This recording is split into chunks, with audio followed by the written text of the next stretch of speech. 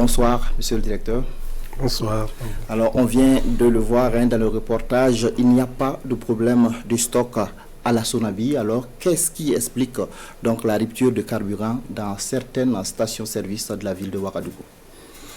Alors, d'abord, je vous remercie pour, en tout cas, cette invitation pour porter un point d'éclairage donc sur la situation qui prévaut dans le circuit donc de distribution des hydrocarbures sur le territoire national. Alors, pour répondre à votre question, je dirais que d'abord on sort d'un long week-end. On sort d'un long week-end avec déjà des spéculations parsemées ça et là durant toute la semaine passée, faisant croire en tout cas à des risques donc de pénurie. On ne sait pas véritablement si c'est de l'imagination ou si les gens se basent sur des faits réels. Alors, au jour d'aujourd'hui, du point de vue de la Sonabi, le travail qui doit être fait pour que, en tout cas, l'approvisionnement puisse se faire et la distribution puisse se faire sur l'ensemble du territoire national est fait de façon régulière et harmonieuse pour éviter donc qu'il y ait des risques de pénurie. Et à partir de ce moment, quand on regarde, que ce soit le samedi, le dimanche, le lundi, nous avons soit dépoté ou soit chargé. C'est que par exemple le dimanche, on a fait du dépotage.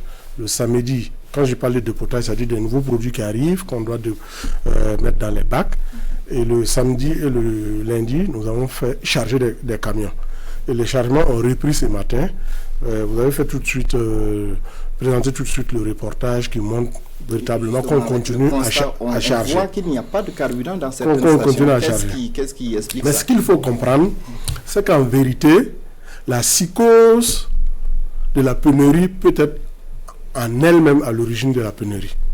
Je m'explique. Vous allez dans une station, vous dites que vous prenez votre carburant, vous dites au prochain client qui arrive qu'il aura pénurie, s'il devrait, par exemple, mettre 10 000 francs d'essence dans son véhicule ou sa mobilette, et il cherchera à prendre 30 000.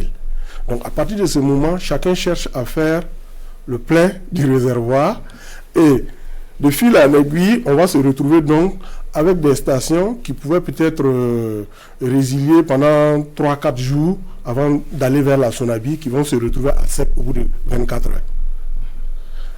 Ce qui est certain, ce carburant d'une manière ou d'une autre va être consommé, mais la situation que cela crée, c'est qu'on va se retrouver avec le maximum de stations, avec un maximum. La désinformation en est certainement une des raisons. Peut-être qu'il y a d'autres raisons. Peut-être qu'il y a d'autres raisons. On connaît le contexte sous-régional, des flux également à travers les frontières. On sait que, en tout cas, il peut y avoir plusieurs sources, mais aujourd'hui, la désinformation me semble donc la principale source aujourd'hui qui amplifie en réalité la demande au niveau des stations. Et chacun va au-delà de sa consommation normale.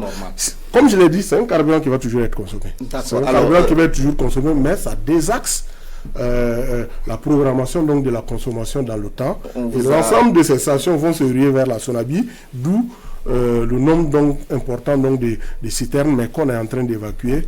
Justement, donc, quand est-ce que la situation va se normaliser? Est-ce que les stations d'essence dans la ville de Ouagadougou vont continuer toujours à manquer de carburant dans les prochains jours? Quand est-ce qu'on revient à la normale? Non, loin de là. Là, il serait peut-être vraiment un peu osé de dire que quand, on ira jusqu'à quand.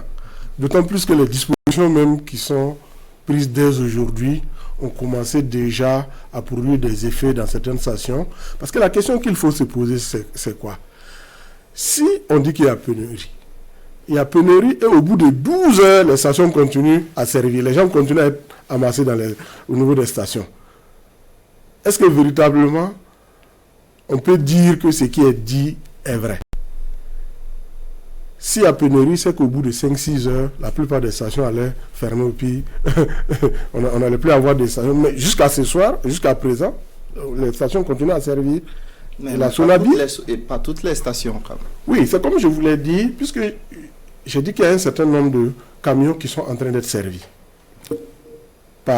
Compte tenu du fait qu'il y a eu cette situation, on ne peut pas parler de pénurie artificielle, mais compte tenu de tout ce qui a été dit, soit disant qu'il y aura pénurie, beaucoup de gens sont allés vers les stations et tout de suite, beaucoup de stations sont passées à sec.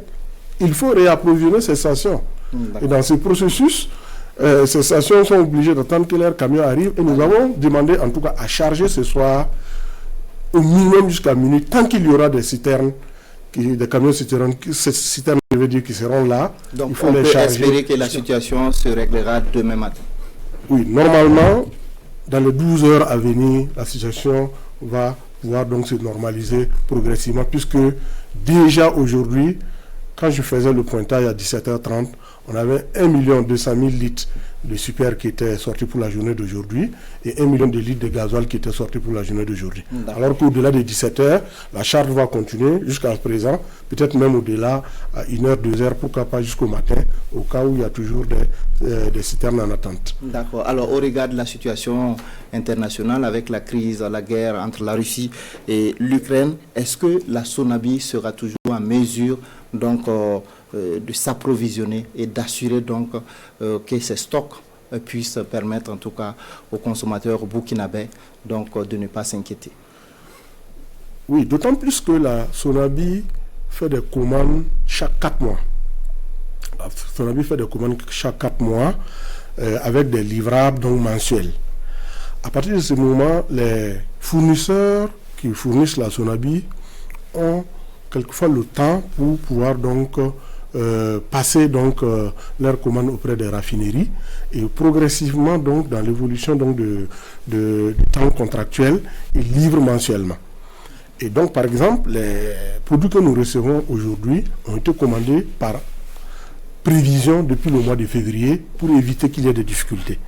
Mais vous comprenez que quand vous commandez des produits avec des fournisseurs à un prix donné et qu'il y a ensuite une évolution substantielle du prix sur le marché international, c'est déjà un contrat qui est passé.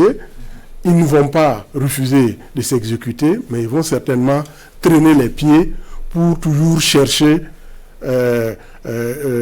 à minimiser donc le risque financier avant de vous livrer. Aujourd'hui, ce n'est pas quelque chose qui est propre à la Sonabi. Dans la sous-région, de façon globale, la plupart donc des fournisseurs n'arrivent pas quelquefois à livrer à bonne date. Souvent c'est avec 1 jour ou 2 jours de décalage, coïncidant certainement donc, parce qu'un bateau qui doit arriver le 2, s'il vient le 3, il va venir trouver qu'il y a un autre bateau, donc du coup ça crée des tensions, et c'est ces tensions-là au quotidien que nous essayons donc de résoudre pour que véritablement nos produits continuent à venir. Et pour le mois d'avril jusqu'en début mai, nous pensons que, en tout cas, tout ce qui devrait arrive au niveau des côtes, et nous attendons simplement l'acheminement progressif vers donc les 2 dépôts. Merci à vous, donc professeur Oumar Dissa. Je rappelle que vous êtes directeur général de la Sonabi. Merci.